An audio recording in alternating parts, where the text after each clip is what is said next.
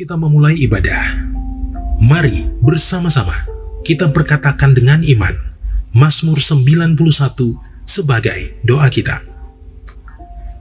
Dalam lindungan Allah, orang yang duduk dalam lindungan yang maha tinggi dan bermalam dalam naungan yang maha kuasa akan berkata kepada Tuhan, tempat perlindunganku dan kubu pertahananku, Allahku yang kupercayai. Sungguh, dialah yang akan melepaskan engkau dari jerat penangkap burung, dari penyakit sampar yang busuk. Dengan kepaknya, ia akan menudungi engkau. Di bawah sayapnya, engkau akan berlindung. Kesetiaannya ialah perisai dan pagar tembok. Engkau tak usah takut terhadap kedahsyatan malam, terhadap panah yang terbang di waktu siang, terhadap penyakit sampar yang berjalan di dalam gelap, terhadap penyakit menular yang mengamuk di waktu petang. Walau 1.000 orang rebah di sisimu dan 10.000 di sebelah kananmu, tetapi itu tidak akan menimpamu. Engkau hanya menontonnya dengan matamu sendiri dan melihat pembalasan terhadap orang-orang fasik. Sebab Tuhan ialah tempat perlindunganmu, yang maha tinggi telah kau buat tempat perteduhanmu. Malapetaka tidak akan menimpa kamu, dan tulah tidak akan mendekat kepada kemahmu. Sebab malaikat-malaikatnya akan diperintahkannya kepadamu untuk menjaga engkau di segala jalanmu. Mereka akan menatang engkau di atas tangannya, supaya kakimu jangan terantuk kepada batu.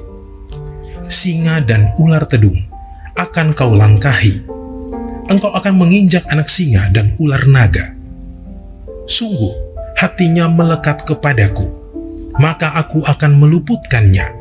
Aku akan membentenginya, sebab ia mengenal namaku. Bila ia berseru kepadaku, aku akan menjawab. Aku akan menyertai dia dalam kesesakan. Aku akan meluputkannya dan memuliakannya. Dengan panjang umur akan kukenyangkan dia, dan akan kuperlihatkan kepadanya keselamatan daripadaku. Shalom saudara, kita mengenal apa yang disebut kehidupan profetik atau kenabian. Siapa saja sih yang bisa memiliki kehidupan profetik? Kitab Kisah Para Rasul menuliskan semua orang akan memiliki kehidupan profetik. Dalam Voice of Pentecost kali ini kita akan membahas profetik untuk semua. Sebenarnya apa sih kehidupan profetik itu? Pada dasarnya, kehidupan profetik terdiri dari 2 langkah. Langkah pertama menerima dari Tuhan. Ini bisa melalui kata-kata nubuatan, penglihatan, dan mimpi, termasuk mengenai hal-hal yang akan terjadi di masa depan. Setelah menerima, langkah kedua yaitu menyampaikan pesan Tuhan itu kepada orang yang tepat, pada waktu yang tepat, dan dengan cara yang tepat, baik melalui kata-kata maupun tindakan. Hal ini dinubuatkan dalam Yoel 2 ayat 28-29, di mana pada zaman akhir anak-anak, pemuda, dan orang tua akan dipenuhi oleh Roh Kudus. Janji ini sudah digenapi dalam Pentakosta pertama yang dituliskan di dalam Kisah Para Rasul 2 ayat 17, di mana Roh Kudus sudah dicurahkan dan orang-orang percaya bergerak dalam pelayanan profetik. Hal yang sama terjadi juga saat Pentakosta kedua. Nah, ini saatnya di era Pentakosta ketiga, kita percaya apa yang dialami murid-murid di Yerusalem dan di Azusa Street juga akan kita alami. Setelah mengetahui janji Tuhan ini, sebagai orang percaya yang dipenuhi oleh Roh Kudus, kita perlu menyadari bahwa setiap profesi dan panggilan Tuhan kepada kita semuanya adalah pekerjaan Tuhan dan memiliki nilai ibadah dan pelayanan di dalamnya. Saat kita merawat pasien, mengajar sebagai guru, atau membersihkan ruangan sebagai cleaning service, ketahuilah bahwa saat itu pun kita sedang melayani pekerjaan Tuhan. Jadi, jika kita melakukan pekerjaan tersebut sambil dipenuhi Roh Kudus, menerima pesan Tuhan, kemudian menyampaikan pesan itu sesuai kehendak Tuhan, maka sesungguhnya kita sudah memiliki kehidupan profetik di tempat kerja kita. Dalam langkah berikutnya, jika saudara terus membiasakan untuk tanya Tuhan dalam segala yang saudara kerjakan atau hadapi setiap hari, maka gaya hidup saudara akan menjadi gaya hidup yang profetik. Setidaknya ada dua alasan mengenai pentingnya semua orang percaya memiliki kehidupan profetik. Pertama, kita perlu tuntunan Roh Kudus dalam setiap pekerjaan yang kita lakukan, baik berupa tuntunan ataupun larangan. Sebagai contoh, sebagai pelajar kita bisa minta tuntunan Roh Kudus mengenai jurusan apa yang terbaik untuk kita ambil saat kuliah. Di sisi lain, kita yang sudah bekerja memiliki kemungkinan menghadapi orang-orang yang berniat buruk kepada kita, seperti menipu, memanipulasi data, korupsi, dan sebagainya. Roh Kudus akan memberikan kepekaan supaya kita menjadi waspada saat membangun relasi dengan mereka, dan kita tidak akan mengalami kerugian. Kisah Para Rasul pasal 5 menuliskan bagaimana Petrus melalui tuntunan Roh Kudus mengetahui kebohongan yang disampaikan oleh Ananias dan Safira. Kedua, komunitas kita memerlukan suara Tuhan. Tuhan mungkin memimpin kita untuk berada di suatu komunitas tertentu, melihat hal yang salah dalam komunitas tersebut, dan mendorong kita untuk menyatakan kebenaran Tuhan di sana. Menyampaikan pesan Tuhan untuk meluruskan hal-hal yang salah, dan menyampaikan kerinduan Tuhan dalam komunitas kita. Sekalipun mungkin orang-orang dalam komunitas tersebut belum mengenal Tuhan. Hal ini seperti Yeremia yang menegur bangsa Israel karena ketidakbenarannya. Yeremia membawa pesan kekudusan yang merupakan hal asing pada waktu itu, sama halnya pada zaman ini. Dalam hal ini kita dapat menegur rekan kerja yang korupsi atau menegur teman kuliah yang bermalas-malasan, atau bahkan hanya mengambil sikap berintegritas dan tidak mengikuti perbuatan buruk tersebut.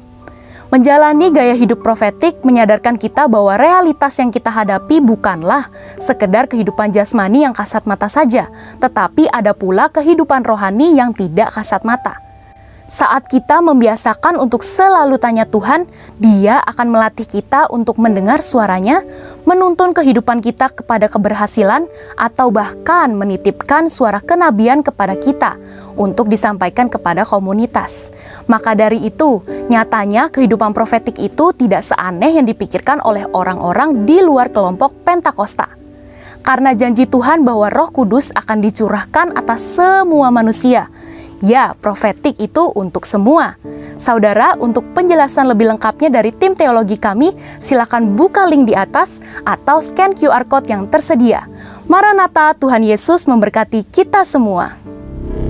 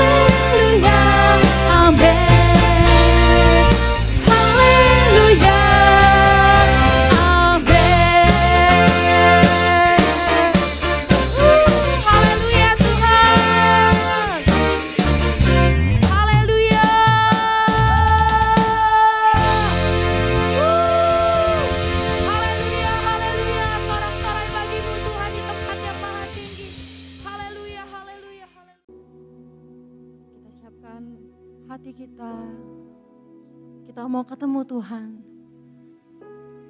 Kita sembah Tuhan, katakan haleluya.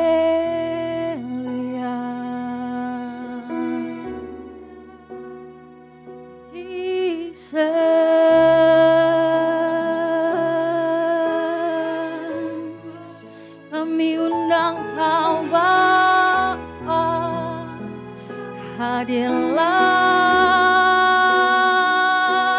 Tuhan. Shalom, haleluya, Yesus.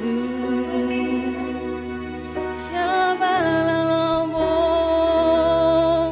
kami sembah Tuhan, haleluya.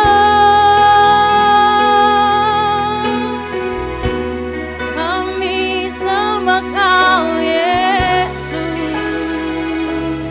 Kami hanya mau dekat-Mu, Bapa. Yesus, shalom.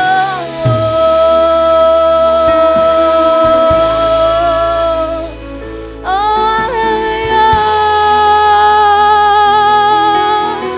Jesus, Yesus, Kau baik Tuhan. Shalom,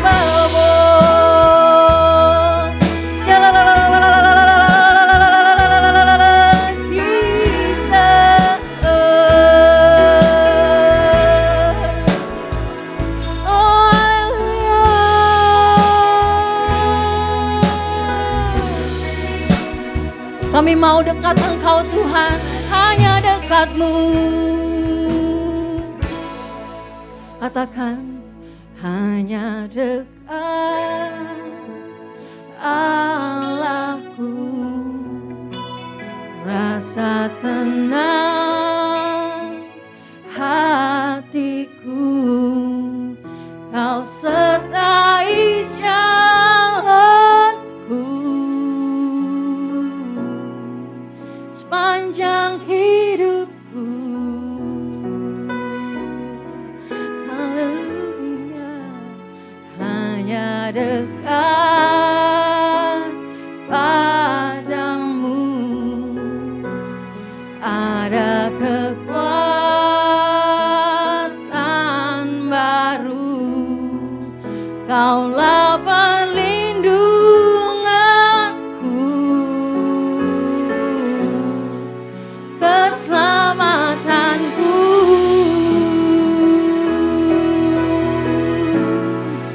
Ku ingin selalu bersekutu denganmu, menikmati hadiratmu.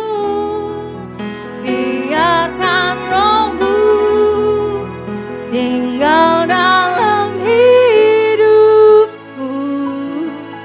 Sungguh indah bersamamu selamanya.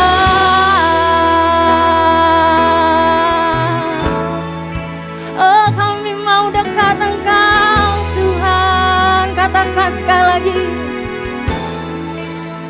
hanya dekat Allahku, rasa tenang hatiku, Kau sertai jalanku sepanjang hidupku.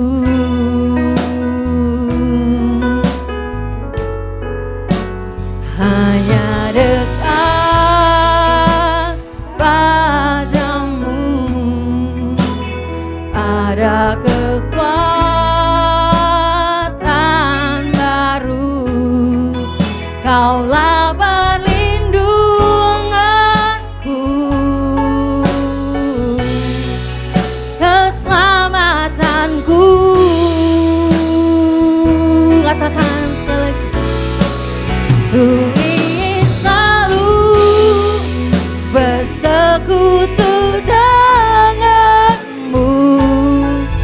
menikmati hadirat-Mu.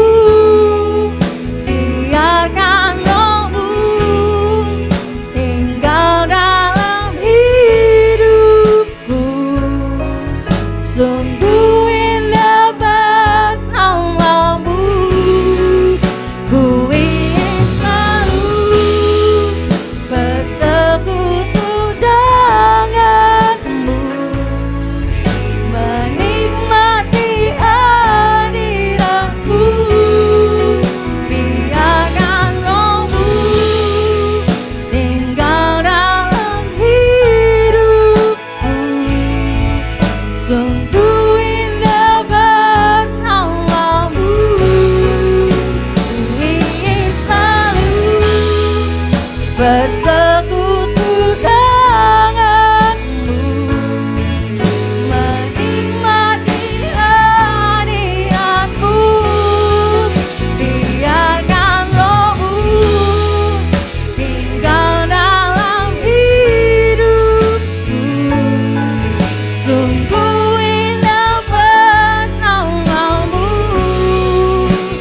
selamanya, selamanya, selamanya, selamanya,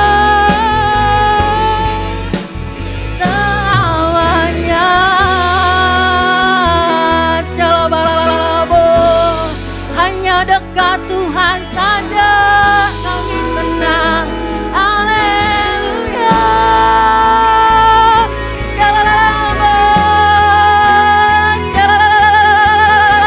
Jesus. Haleluya. Shalom. Haleluya. Jesus. Shalom.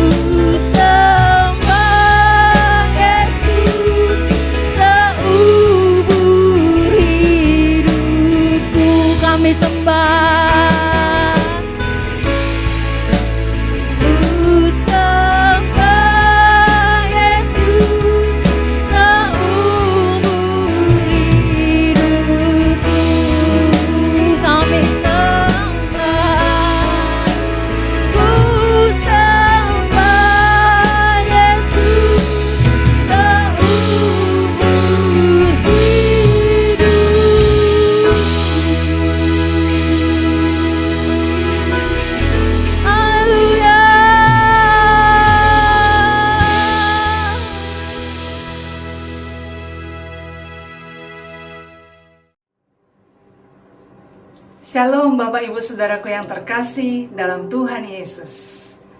Kita baru saja memuji dan menyembah Tuhan. Saya percaya kita diberkati, amin. Saya bersyukur kita selalu dilimpahkan oleh kebaikan-Nya hingga kita bisa beribadah dengan baik di minggu ini. Dan sampai sekarang pun kita tetap terpelihara sempurna.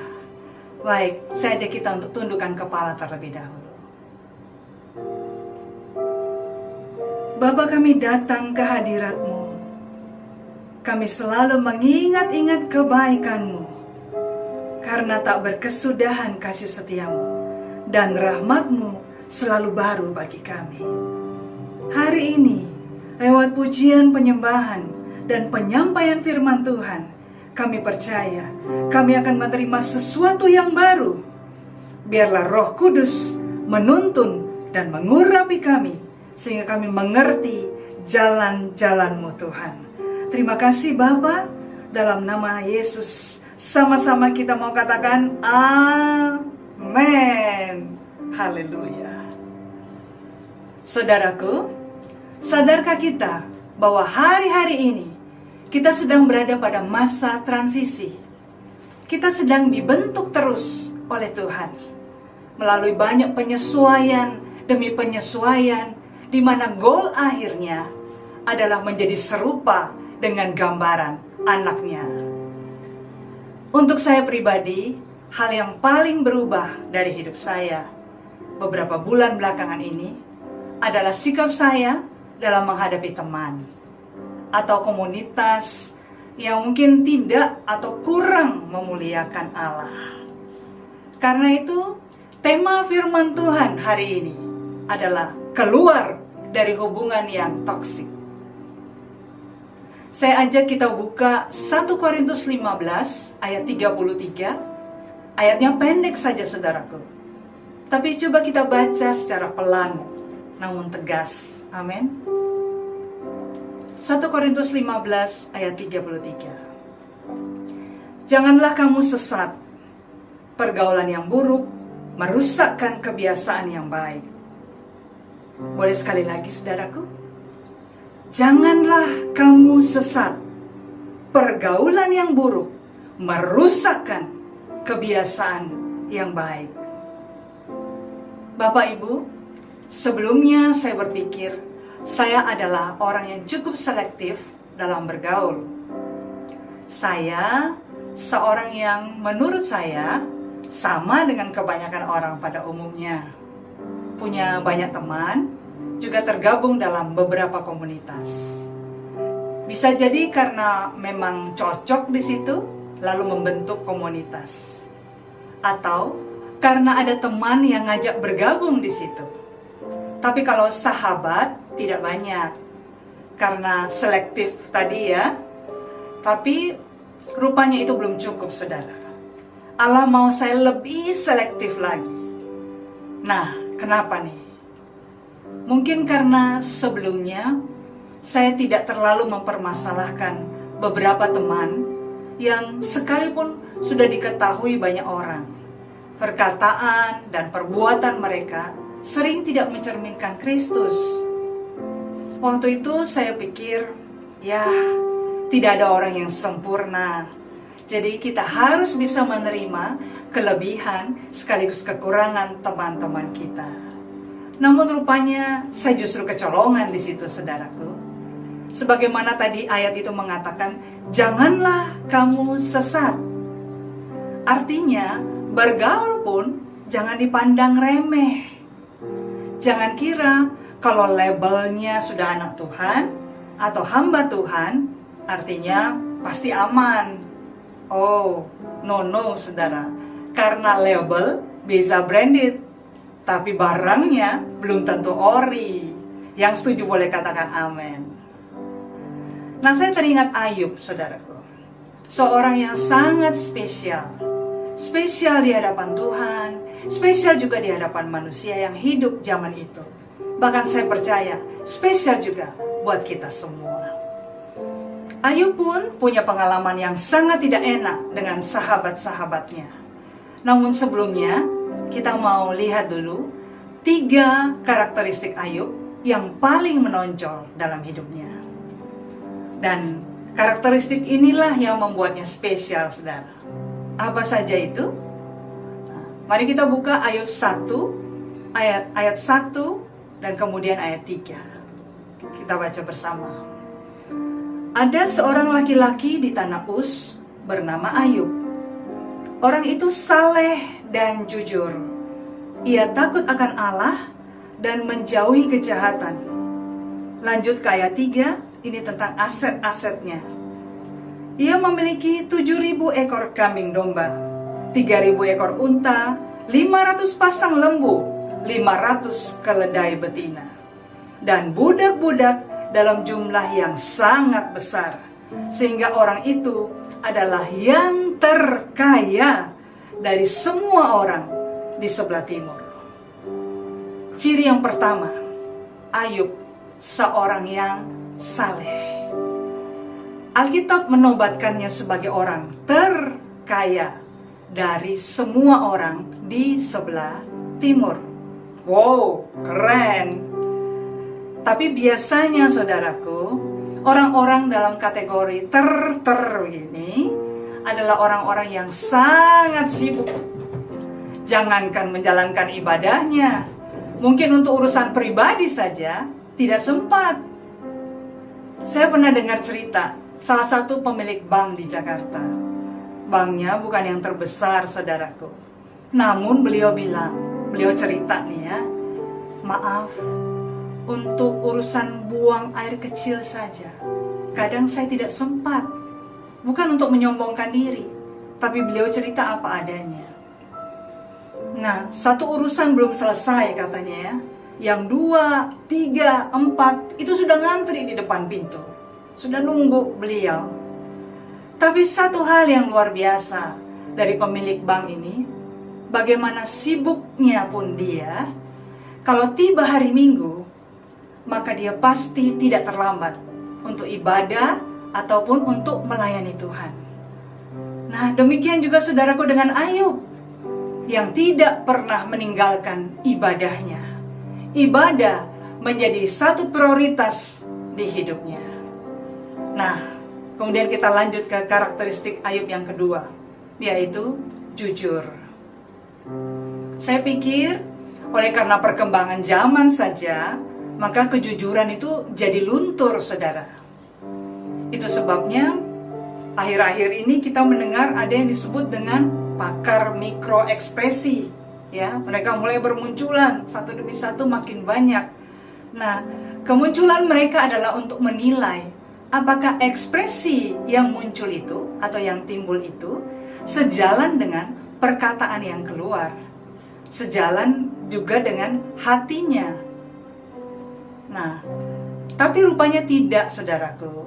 Sejak zaman purbakala, bahkan sejak awal penciptaan, Allah sudah dapati bahwa ketika Adam dan Hawa jatuh dalam dosa, disitulah mereka mulai tidak jujur. Mulai menutup diri, mulai menyembunyikan sesuatu, dan tidak lagi dengar-dengaran dengan Tuhan. Tuhan ingatkan gerejanya saat ini untuk jujur. Apa yang dikatakan harus sama dengan apa yang dipikirkan dan yang dilakukan. Jangan mulut manis, jangan belat-belit, jangan gampang janji kalau tahu nggak bisa ditepati. Yang merasa boleh katakan amin. Berikutnya, karakteristik Ayub yang ketiga, takut akan Tuhan dan menjauhi kejahatan. Dua hal ini linier, saudara. Karena ketika kita mendekat pada yang Maha Kudus, otomatis kita akan menjauh dari dosa. Begitupun sebaliknya. Jadi takut akan Tuhan itu tumbuh dari pengenalan yang benar akan Allah. Kalau saudara punya Bapa yang baik di bumi, saudara akan mudah mengenal Bapa di sorga. Sebagaimana saudara hormat pada Bapa di bumi, saudara juga akan menghormati Tuhan dengan baik. Namun kalau saudara tidak mengenal Bapa yang baik di bumi, belajarlah untuk mengampuni Bapamu yang di bumi. supaya hal itu tidak berulang kepada anakmu. Baiklah, sekarang kita lanjut ke hubungan Ayub dengan teman-temannya. Kita buka Ayub 2 ayat 11. Ketika ketiga sahabat Ayub mendengar kabar tentang segala malapetaka yang menimpa dia, maka datanglah mereka dari tempatnya masing-masing, yakni Elifas orang Teman dan Bildad orang Suah, serta Sofar orang Naamah. Mereka bersepakat untuk mengucapkan belasungkawa kepadanya dan menghibur dia. Namun kalau saudara baca mulai dari pasal 4 sampai pasal 31, demi menyaksikan sendiri penderitaan sahabatnya yang amat sangat malang itu, masing-masing teman ini bukannya menghibur, melainkan menghakimi Ayub. Itulah yang biasa terjadi, saudaraku. Ketika melihat suatu kondisi, kemanusiaan kita terlalu cepat bereaksi, padahal jalan-jalan Allah tak terselami. Yang perlu kita sadari adalah kita tidak selalu punya jalan keluar buat sahabat kita. Kalau Tuhan yang menutup, tidak ada yang bisa membuka. Ingat ilustrasi soal kepompong? Kepompong itu harus melewati proses alamiahnya yang lambat, saudaraku, baru bisa menjadi kupu-kupu. Ketika ada manusia yang berusaha membantu supaya kepompong tersebut dengan cara yang lebih cepat menjadi kupu-kupu, malah semuanya buyar, saudaraku, malah batal. Jadi dari perihal Ayub dan sahabat-sahabatnya ini, kita bisa belajar dua hal, yaitu yang pertama, tidak selalu kita boleh ikut campur pada masalah teman. Harus dapat memilah-milih reaksi mana yang tepat. Namun minimal kita bisa mendoakannya, amin. Yang kedua, semua reaksi-reaksi negatif dari sahabat Ayub tadi diizinkan Tuhan untuk mendatangkan kebaikan. Sebab Tuhan tahu siapa Ayub. Ayub 42 ayat 10 mengatakan, lalu Tuhan memulihkan keadaan Ayub setelah ia meminta doa untuk sahabat-sahabatnya. Dan Tuhan memberikan kepada Ayub 2 kali lipat dari segala kepunyaannya dahulu. Lanjut ke ayat 12, saudaraku. Tuhan memberkati Ayub dalam hidupnya yang selanjutnya, lebih daripada hidupnya yang dahulu. Ia mendapat 14.000 ekor kambing domba dan 6.000 unta, 1.000 pasang lembu, dan 1.000 ekor keledai betina. Wow, ini luar biasa, saudara. Saudara mau dipulihkan seperti Ayub? Amin. Haleluya. Investasikan dirimu kepada sorga, sebab Allah turut bekerja dalam segala hal untuk mendatangkan kebaikan bagi saya dan saudara yang mengasihi Dia. Kita kembali, saudaraku, kepada masalah pergaulan. Jadi bagaimana kalau kita terlanjur ada dalam hubungan yang toksik? Jelas kita harus tegas dan segera keluar dari komunitas tersebut, dari hubungan tersebut. Tidak perlu takut kehilangan teman, saudaraku. Sepanjang kita tidak membenci, melainkan memberkati mereka seperti yang Ayub lakukan. Meminta doa kepada teman-temannya sekalipun sudah mengecewakannya. Maka Tuhan akan gantikan dengan teman-teman yang lebih baik lagi, dengan komunitas yang lebih baik lagi, yang tulus, saudaraku, bukan yang bulus, yang rendah hati dan saling menghormati, bukan yang memanipulasi satu sama lain. Sebagai penutup, mari kita baca Kolose 3 ayat 14. Dan di atas semuanya itu, kenakanlah kasih sebagai pengikat yang mempersatukan dan menyempurnakan. Amin. Mari kita akhiri dengan tundukan kepala, saudaraku.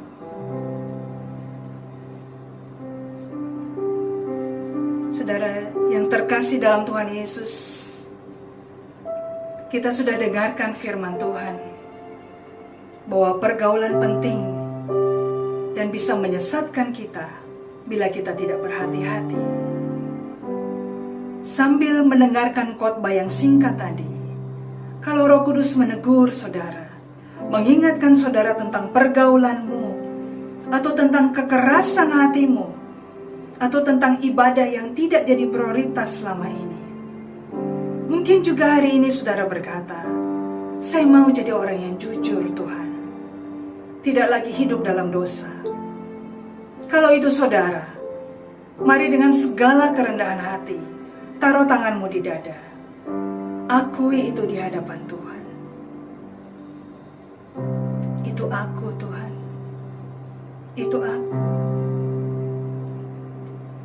Aku minta ampun ya Bapa.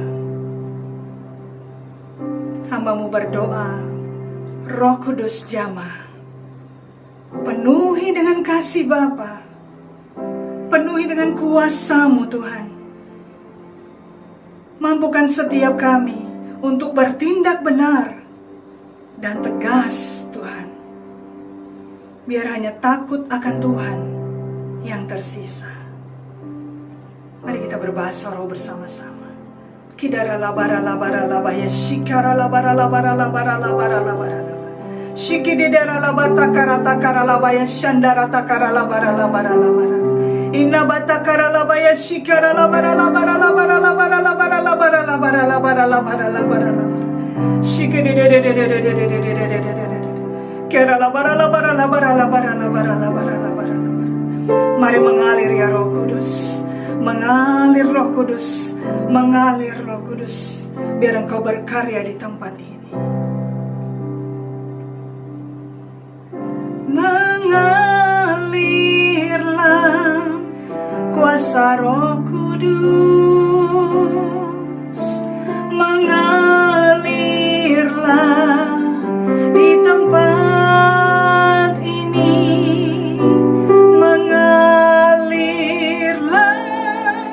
oh Roh Kudus. Pulihkanku. Kita nyanyi bersama saudara. Mengalirlah kuasa Roh Kudus. Mengalirlah di tempat ini. Mengalirlah,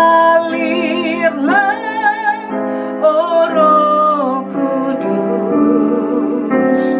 Pulihkanku. Mengalirlah. Mengalirlah, oh Roh Kudus. Pulihkanku.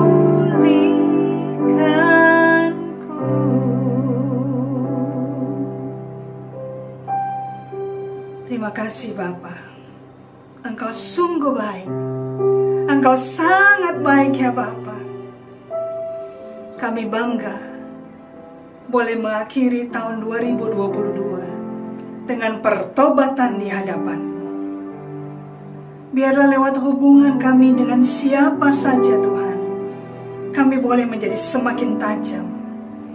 Tajam akan kehendak-Mu. Menjadi murid yang mempersiapkan kedatangan-Mu yang kedua kali. Kami menyongsong tahun yang baru dengan bangkit dan jadi pemenang. Mari yang bersuka cita sama-sama kita katakan amin.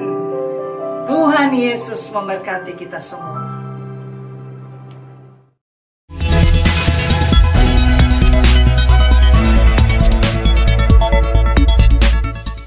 Shalom Bapak Ibu dan teman-teman sekalian. Saya akan menyampaikan informasi dari Rayon 1G. Bagi Bapak Ibu yang belum mengetahui, Rayon kita yaitu Rayon 1G sudah memiliki mobile apps atau aplikasi yang dapat diinstal di smartphone, baik di Android phone atau iOS phone. Untuk yang belum menginstal aplikasi GB Rayon 1G, dapat mendownload di Play Store bagi yang menggunakan smartphone Android atau di App Store bagi yang menggunakan smartphone iOS dengan mengetik di mesin pencarian GBI Rayon 1G. Di dalam aplikasi GBI Rayon 1G, Bapak Ibu bisa banyak mendapatkan berbagai informasi dan manfaat. Contoh informasinya adalah Bapak Ibu bisa mengetahui visi dan misi rayon kita, perjalanan rayon kita dari awal sampai terbentuknya Rayon 1G, struktur dan cabang-cabang rayon kita yang tersebar baik di Jakarta Timur dan Pusat, Depok, Kalimantan Barat, Bali, dan Manado. Bapak Ibu juga dapat mengetahui kontak person dan alamat dari setiap cabang GBI Rayon 1G, dan terdapat juga informasi mengenai kontak person KUL. Jadi, Bapak Ibu yang belum tergabung dalam KUL dan rindu untuk bergabung dapat menghubungi kontak person yang tersedia di aplikasi GBI Rayon 1G.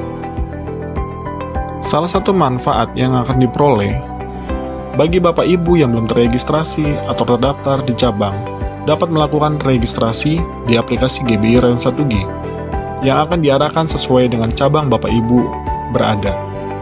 Bapak Ibu juga dapat mengikuti program pembacaan Alkitab bersama-sama yang sudah di set up atau di schedule di aplikasi GBI Rayon 1G. Dan masih ada lagi beberapa informasi dan manfaat yang diperoleh apabila Bapak Ibu menginstal aplikasi GBI Rayon 1G. Bagi Bapak Ibu yang butuh informasi tambahan mengenai aplikasi GBI Rayon 1G, jangan ragu untuk bertanya ke pekerja setempat yang akan membantu Bapak Ibu. Sekian pengumuman untuk GBI Rayon 1G. Tuhan Yesus memberkati.